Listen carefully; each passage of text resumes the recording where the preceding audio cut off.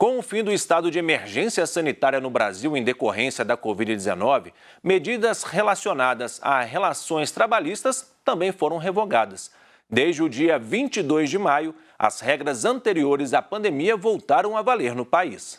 O fim do estado de emergência sanitária no país impacta não apenas na área da saúde, mas também nas relações trabalhistas.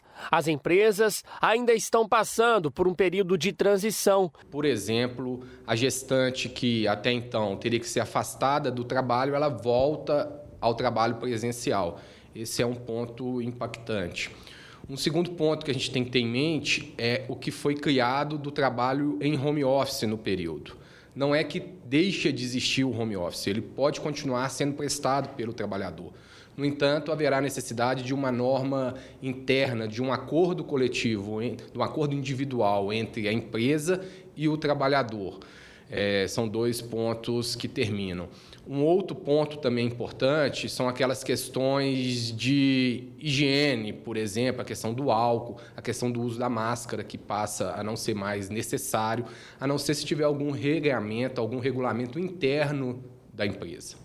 Outra mudança é o fim da antecipação das férias. No período de emergência, o empregador poderia antecipar as férias dos funcionários, desde que estes fossem informados em, no mínimo, 48 horas. A partir do fim do estado de emergência, aquelas regras que existiam anteriormente para o período de pandemia, as férias era uma delas, em que a empresa poderia antecipar as férias, deixa de existir. Então, volta à norma que era anteriormente. A medida provisória que concedia a redução da jornada e a suspensão de contratos de trabalho também fica suspensa. Sobre o home office, ele ainda pode continuar existindo, mas a modalidade deverá constar no contrato de trabalho.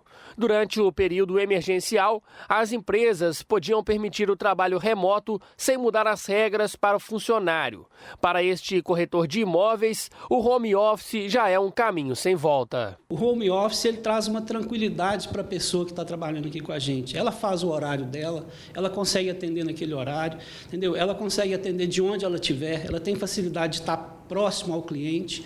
Então, assim, aquela situação da pessoa ter que vir para a imobiliária, eu acredito que isso já mudou. Isso vai mudar em muitas imobiliárias. O principal e o ponto mais importante é que nós vamos passar por um período de transição.